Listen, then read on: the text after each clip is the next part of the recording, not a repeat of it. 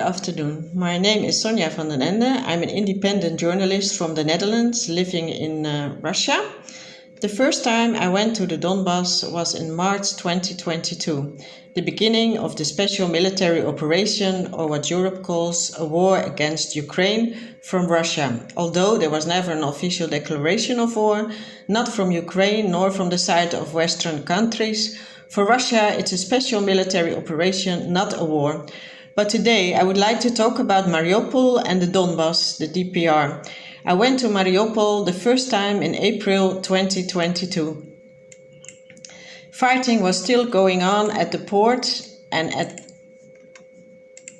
the Azov steel factory. During my visit to the city center of Mariupol, which was totally destroyed, and of what I heard from witnesses not only from bombardments of the Russian army, but from Ukrainian forces, who on purpose destroyed apartment buildings and infrastructure, looted shops and killed innocent civilians with their actions. I spoke that day in April with many people. There was always a reliable translator present because that time I didn't speak Russian. At the entrance of Mariupol, long lines of people were standing in line to get humanitarian aid, which was loaded in trucks, and the Russian army, in cooperation with the Donbass militia, was distributing food and aid to the many residents waiting in an endless line. Speaking to some of the residents who were waiting there and asking them the question of whom destroyed their city and livelihood, the majority said without hesitation the Ukrainian army. Some people were angry that Russia didn't come sooner because the war is raging since 2014, they told me. And when the Kiev regime started discriminating them on their language, which is Russian, and their Soviet heritage like statues and religious heritage, and we can see these days the escalating schism between the Ukrainian and the Russian Orthodox Church is a fact. Entering the city center of Mariupol, the situation was very grim. Confused people were walking around with carts carrying empty water bottles, looking for water and food. In the city park, people sat around homemade fires to cook food or to keep warm. Most buildings were destroyed. I interviewed many people in the city center of Mariupol. There were many elderly people, many women.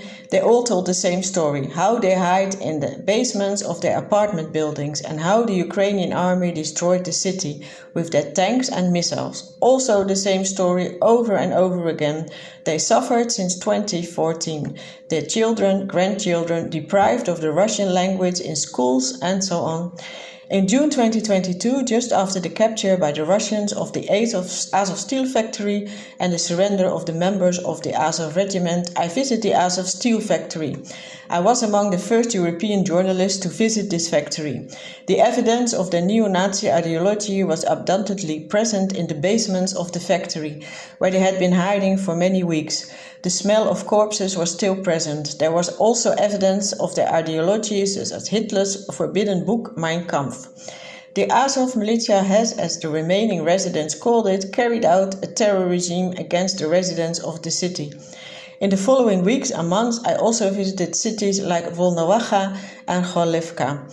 Volnovakha suffered the same fate as Mariupol. I spoke there to the head of the primary school who said the same thing. She and her staff spent days in the basement of the school because the Ukrainians destroyed everything in the city. She saw with her own eyes that tanks entered the schoolyard. I also spoke to the director of the hospital of Volnovakha, who told me that before the arrival of the Russian army, all patients had to leave the hospital and go to their mostly destroyed houses. Then, according to him, the Ukrainian army destroyed the entire hospital, part of which had already been sized as quarters for the Ukrainian army.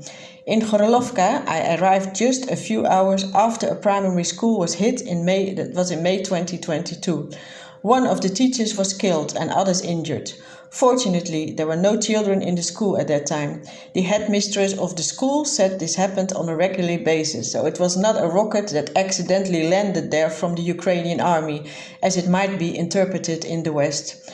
The same fate befell Donetsk city. I also visited many places there, such as another school that was hit by the Ukrainian army with a rocket This was sometime in July 2022.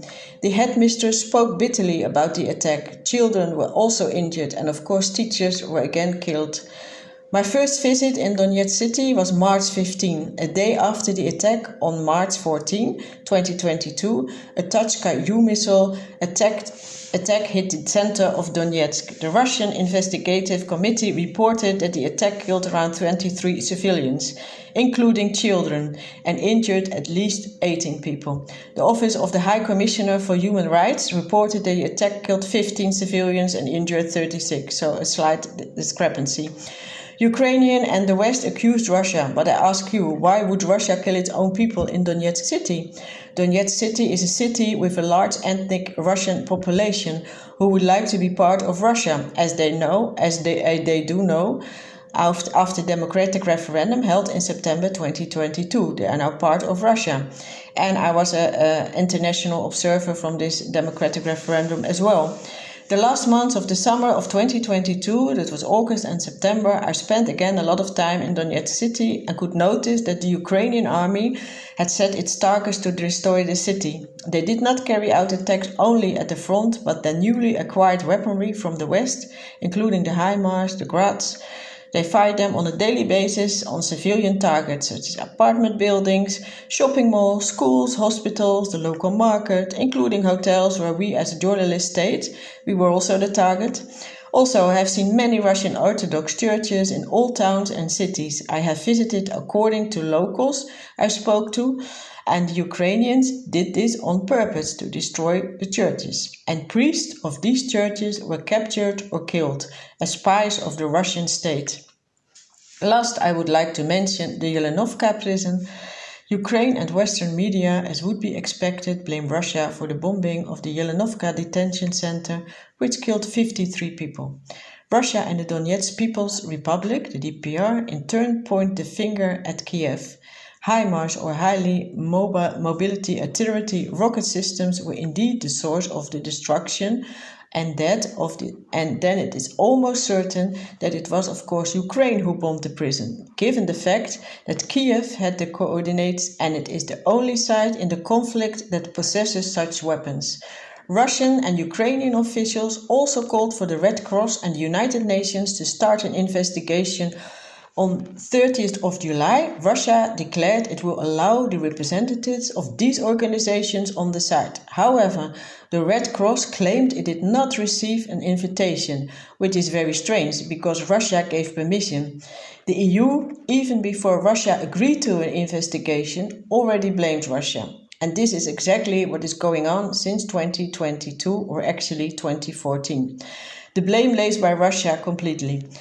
According to Western states, totally out of reality. Everyone knows, and the political leaders of the West should know, that in a conflict there are always two sides to be heard, and above all, Europe should play a diplomatic role instead of sending weapons for peace, which in my opinion have caused many civilian deaths.